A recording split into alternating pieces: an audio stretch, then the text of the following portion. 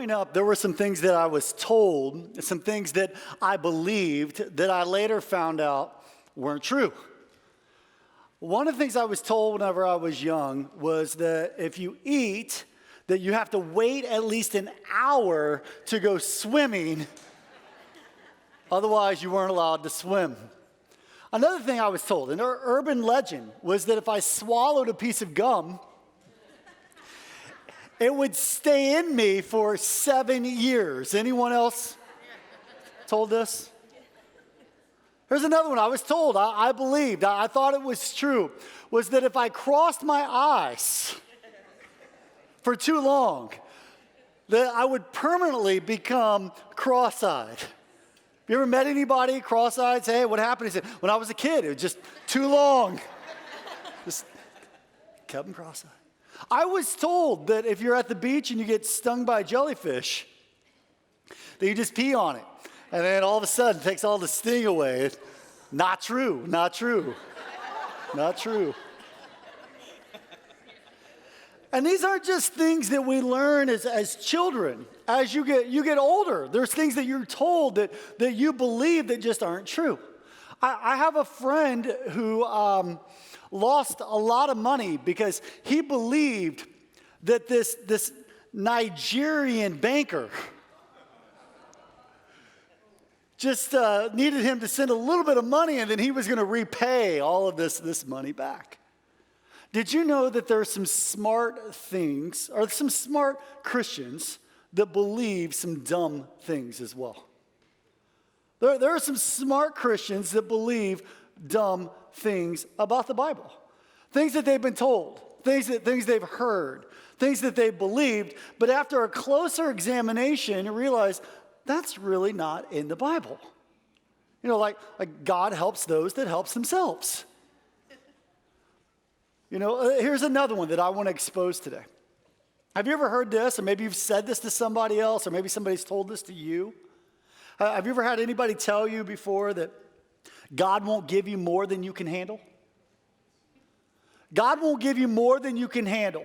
God won't give you more than you can bear. I went out with some friends last night, Shannon and I did, and they have a newborn baby. And I just was wondering, any like newborn, moms with newborn babies wonder, I think God's giving me more than I can handle, more than I could bear. Maybe some of the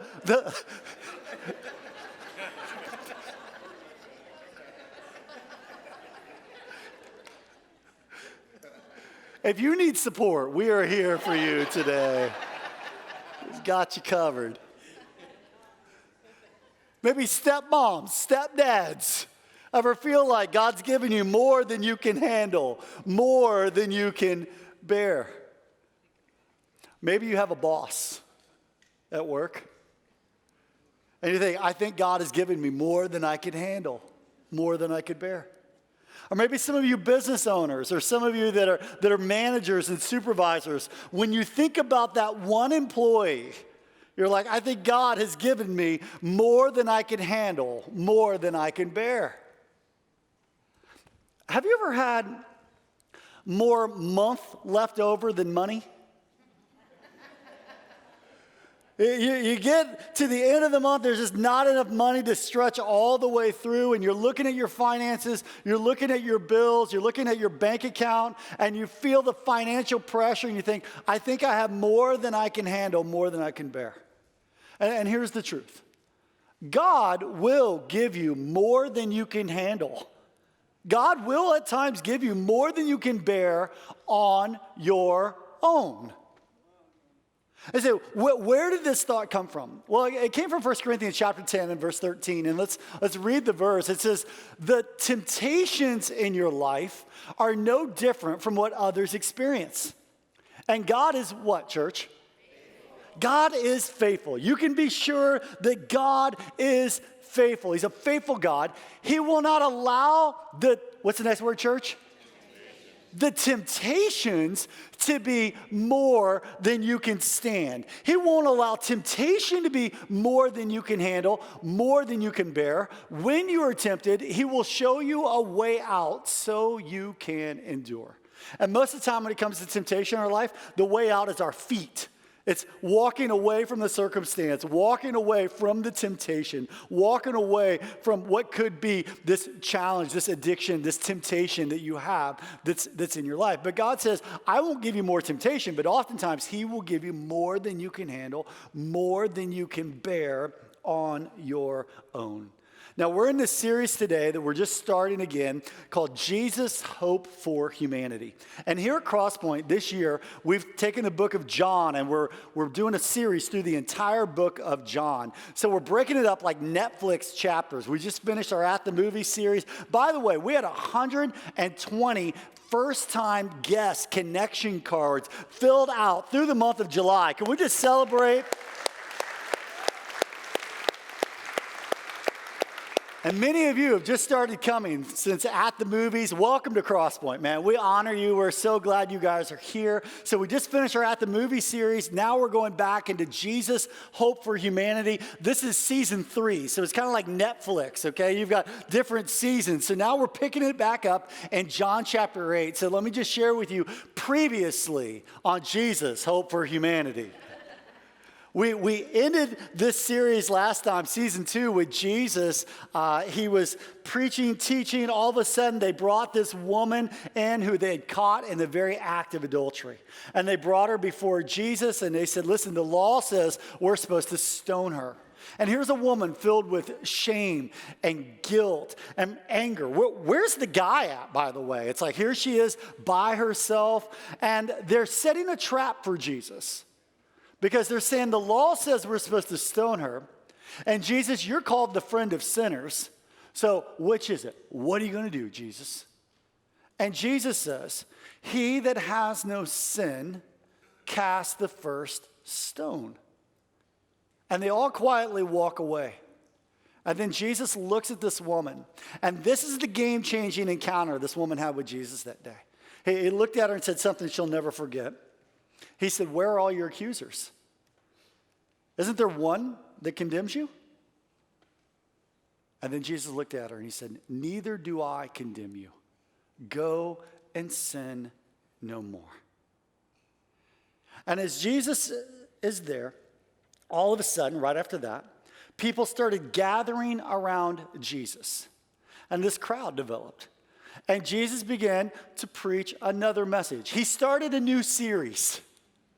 And the theme of this new series that he started is, you are not, but I am.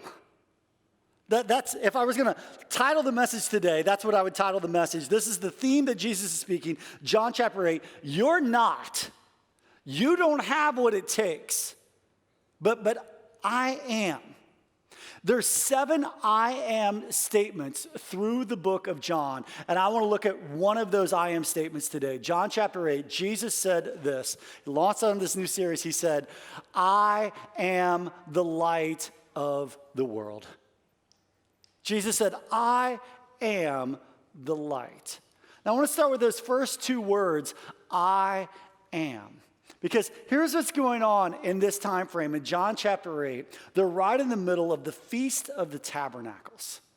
Now, here's the Feast of the Tabernacles. There's all these different feasts. There are these biblical holidays. And these biblical holidays were given to the Jews. They were given to Jesus, to God's people. And they had a twofold purpose. One was to remember the past. And 2 was to point towards the future, a future promise, a future hope, a future dream. So one purpose is to stare in the rearview mirror to remember, and then the second purpose is look in your front windshield and look ahead to a future promise, a future dream. So the Feast of the Tabernacles is going on in John chapter 8, and Jesus is the Jews are celebrating what happened all the way back in the Exodus. So the second book of the Bible is Genesis, Exodus, and Exodus represents the exodus of God's people out of Egypt. And God had this encounter with this leader at that time by the name of Moses. And he had this one-on-one encounter. It was actually this burning bush experience.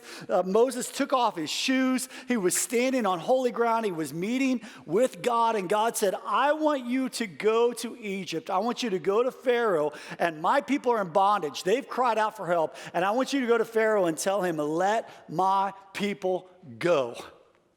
And Moses felt a little insecure about this. Moses felt like, I don't know that I'd have what it takes. I don't know that I'm gifted. I don't have that kind of leadership, and I don't know that I could do it. So he says to God, God, who should I say sent me? And God says, tell him, I am is the one who sent you. And so the Jewish people knew the highest form of deity, the greatest phrase, one of the greatest phrases you could say is that I am is who sent you. So he goes before Pharaoh. He says, let my people go. They go through these plagues. God delivers his people out of Egypt. And then they begin this wilderness wandering time of 40 years. And during this time of wandering in the wilderness, they don't have permanent homes. So they set up these little tabernacles, these little booths, because they were on the move, they were on the go. And what they would do is they had to depend 100% on God. So the Feast of the Tabernacles was a reminder of their dependence on God during the Exodus whenever they were in the wilderness. And even today, the Jews celebrate the Feast of the Tabernacles, and they make these booths and they decorate them and they celebrate and they remember how God delivered them from Egypt. And then they also go into the temple and they light a candle. And they light them up on the candelabras, and they have all this camera lit. And so in the dark sky, as a symbol of the light. And they remember the light because while they were wandering in the wilderness, God sent a pillar of fire by night. When they didn't know where to go, when they didn't know where to head, when they were kind of walking around aimlessly, walking in the dark, God said, follow the light. And if you'll follow the light, I'll take you exactly where you're supposed to go. So Moses said, here's the light, follow the light. So they would follow the light, and the Feast of Tabernacles would be a representation of the light, but it would also be a representation of not only what was in the past, but also what was coming in the future. That the light was coming, that the Messiah was coming, and that one day they were going to have a light that would light up the darkness, that this future light would come in a person, it would come in the Messiah, and they were expecting God's light to return. So in the middle of the Feast of the Tabernacles, Jesus steps in, and Jesus says, I am the light. I'm the one. You guys are lighting up the light. It's me. I am the light. Now, a couple weeks ago, I was diagnosed with sleep apnea. I know. I'm 42 years old. Just found out I have sleep apnea. I've been married for 20 years, and my wife has been living with a snorer next to her for the last 20 years. Pray for her. So I got diagnosed with sleep apnea, so now I get to wear this really cool mask at night. You know, Shannon loves the sexy masked man, okay? Like, actually, she prefers the sexy masked man to the chainsaw snoring massacre man that she's had to be with for the last 20 years. So because of my sleep apnea, I just found this out last couple of weeks, I wake up all the time at like 3 o'clock in the morning. I'll snore so loud I wake myself up. Then I can't go back to sleep. So at 3 o'clock in the morning, I'm wide awake. It's dark as can be in our room, and I don't want to disturb Shannon. So I get up and I'm walking in my room, but we have young kids, and my young kids, they love Legos. Have you ever stepped on a Lego before? I would rather walk on broken glass than step on a Lego. Sign me up for the walk down hot coals, the fire walk, instead of stepping on a Lego. So sure enough, I get up, I step on a Lego. I like scream, which is way worse than snoring any day. I'm like, Legos everywhere. Because if you walk around my house at night, you're probably going to get hurt. And some of you are walking around in this dark world, and you're really close to getting hurt. You're walking in this dark world, and there are landmines all around you, and you don't see them. You don't notice them. I was thinking about light versus darkness, and Jesus said in John 8:12, I'm the light of the world. If you follow me, you won't have to walk in darkness, because you will have the light that leads to life. And I was like, what does it mean to walk in darkness? And I just kind of came up with this acrostic for dark. And the first thing I thought of was, you know you're walking in the dark when you're distracted. You know what Jesus said? He said, listen, I want to be first. I want to be first in your life. Have no other gods before me. No man can serve two masters. But oftentimes we get distracted. John called it the lust of the flesh, the lust of the eyes, and the pride of life. And we get distracted by the things of this world. We like shining things. And whenever you get distracted from the main thing, you're walking in darkness. Here's the second thing to know that you're walking in darkness: when you feel anxious. Jesus said, do not be anxious about anything, but in everything, with prayer and petition, with supplication, with thanksgiving, make your request known unto God. And he says, the peace of God will guard your heart and your mind in Christ Jesus. But some of you struggle with anxiety, and you're struggling because you feel like, that there's never enough. Your theme song would be the song from The Greatest Showman. There's never enough. And you live with this mindset of scarcity rather than a mindset of abundance, that there's just never enough. And when you feel like there's never enough, you are walking in the darkness. You're going to get hurt. Another way you know that you're walking in the darkness, when you're just known as a slave to sin. When you just give in to your temptations, you give in to your sin, you say, I just can't control it. It's who I am. It's part of my identity. Jesus said in John chapter 8, verse 34, he says, I tell you the truth, everyone who sins, or everyone that walks in the darkness, is a slave of sin. And Jesus was pointing to these people and saying, listen, I don't want you to be slaves to sin. He would tell you today, I don't want you to be a slave. You don't have to be a slave to your sin any longer. He says, listen, you are a child of God. You are a son of God. You're a daughter of God. And he goes on and tells this story, and I'll just kind of explain it for sake of time. But imagine there's this Roman estate. There's this beautiful house. And in the house are two people that live in the house. One is the servant. One is the slave. One is the servant. And the other is the son.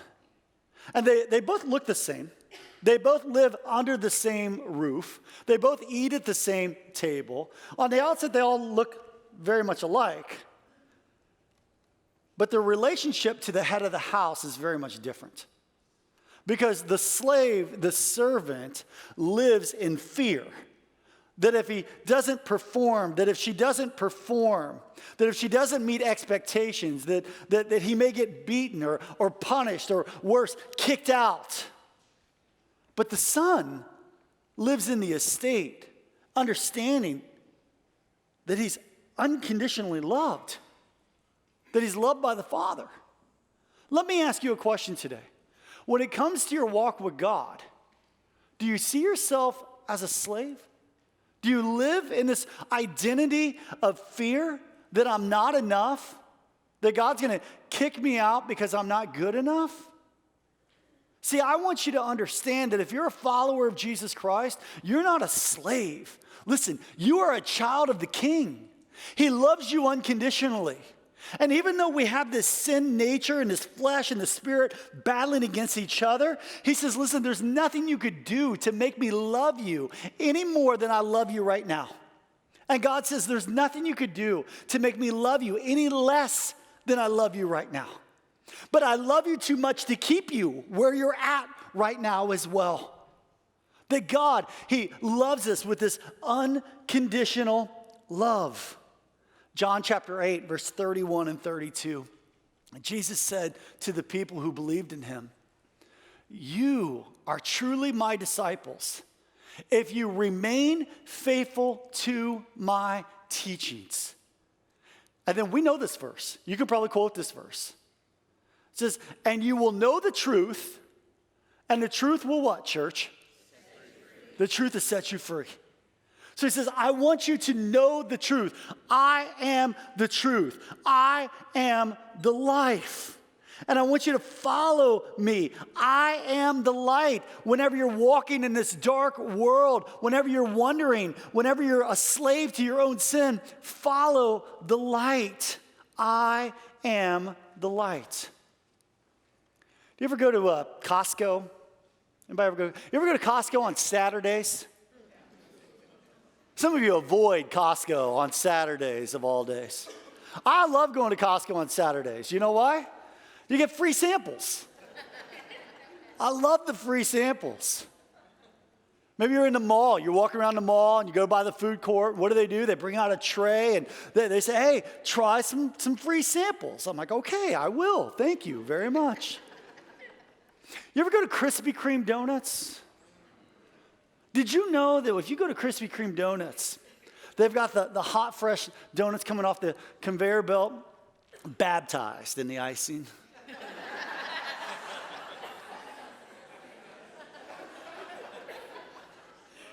And you know what they do? They'll give you one of those for free if you go inside. One time I had 6 of them. Don't judge me, they're small. They're small donuts. You know why they do that? Because they know you can't eat just one. And they say, you know what? I'm going to give you another one. And you're like, I got to have another. Oh, that was so good. I got to have more. And you're at Costco, and all of a sudden, it's like you take one little bite of a sample, and you're walking out of there with a barrel of whatever it is that they were trying to sell to you. Sin works the exact same way. You know what the devil does? He gives us just one little taste of it. It's just one drink. It's just one joint. It's just the first time that you cross the line sexually. It's the first white lie. It's the first blame session. It's the first little betrayal. Let me just ask a question. How many of you ever sinned before? Would you just raise your hand right now if you ever sinned before? Some of you aren't raising your hand today. That's a sin, like right here in the church. Like, you just lied right now, like right here. Every one of you have sinned. Let me ask you a question. How many of you liked it? How many of you liked the sin? Come on, we're back in church again. That's why you did it, right? Because you liked it. And here's the truth. We say we don't like sin. The truth is we don't like other people's sin. We like our sin. If we didn't like it, we wouldn't do it. But here's what you need to understand, is that your sin has consequences. And sin is pleasurable for a season of time. But you might mark this down, because this is key. Your sin, it will take you further than you want to go. And your sin, it will keep you longer than you want to stay. And your sin, it will cost you more than you want to pay. And you know what? It's easier to stay out than it is to get out. I don't want to be a slave to sin. I don't want you to be a slave to sin. Jesus steps in and says, listen, I am the light. I'm the light. You don't have to walk in darkness any longer. Follow me. Listen, I will set you free. I will set you free. You're not a slave. You're a son. You're a child. And you know what they did in John chapter 8? When he said, I am, they said, oh, wait a second, we know I am. That's what happened to Moses, our father, when he said, hey, I am. You think I am? Listen, we're celebrating the Feast of the Tabernacles. Right now, we're lighting candles, and you're here to tell us that you are the light? And they picked up stones, and they tried to stone Jesus. And Jesus is like, listen, either crown me or kill me. Crown me or kill me. What is it? Some of you right now, you're sitting on the fence. And God's saying either crown me or kill me. I don't want you to think about this too long, but you really can't sit on the fence with one foot over and one side and one foot on the other side. It hurts too bad. You've got to make a choice. And some of you today, you have both feet pointing towards skepticism. You're like, listen, this church thing, okay, it's okay. It's cool. It's not bad. But you know what? I don't know. I'm just skeptical. I'm skeptical of the institution. I'm skeptical of the motives. Some of you are like, you know what? I'm okay with God. I'm figuring Jesus out. But I just can't stand the church. I just don't like the church. And I understand that.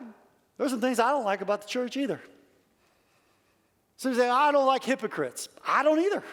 I'm with you. Hypocrites are everywhere. Not just in the church. They're everywhere. And if you don't like hypocrites, you're not going to like hell at all, because this is going to be loaded with them.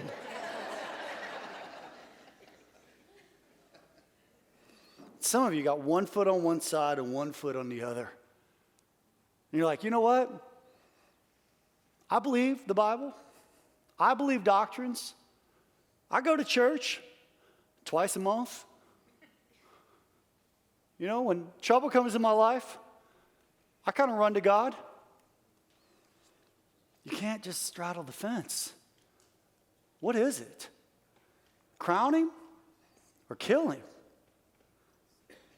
There was this woman, Bible teacher, this professor who was talking to these 20-year-olds. And here's what she said. This is powerful.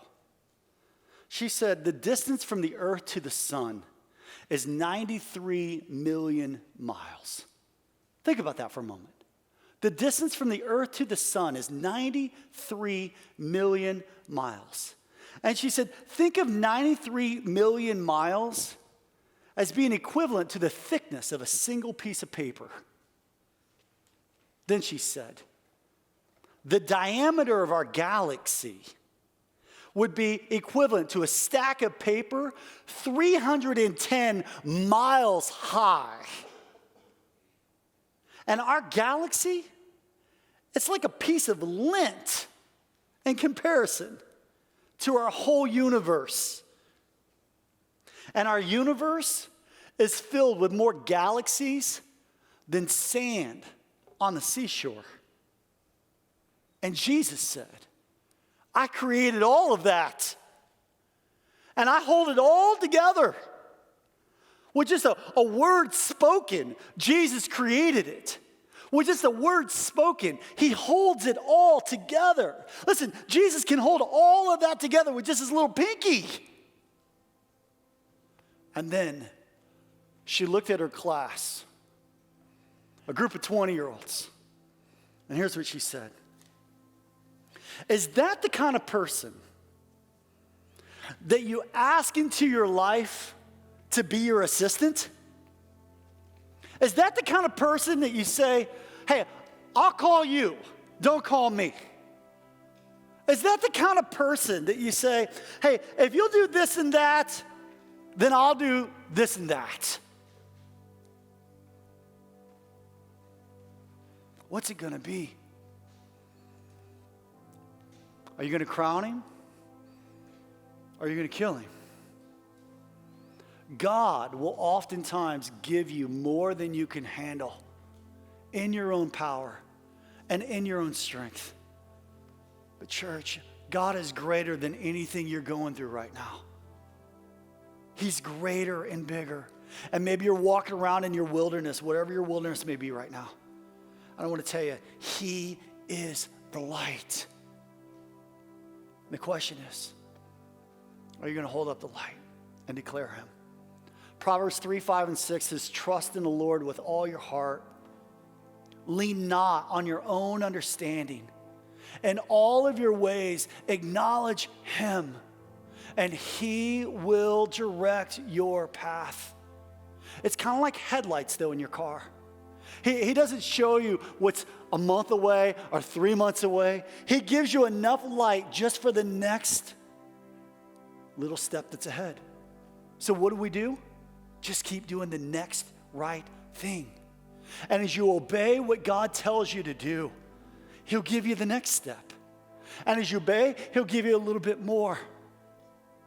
But the most important thing we can do is follow the light and trust him when he says, I am the light. So when you feel like you have more than you can handle, when you feel like you have more than you can bear, remember John 8, because Jesus said, you're not, but I am.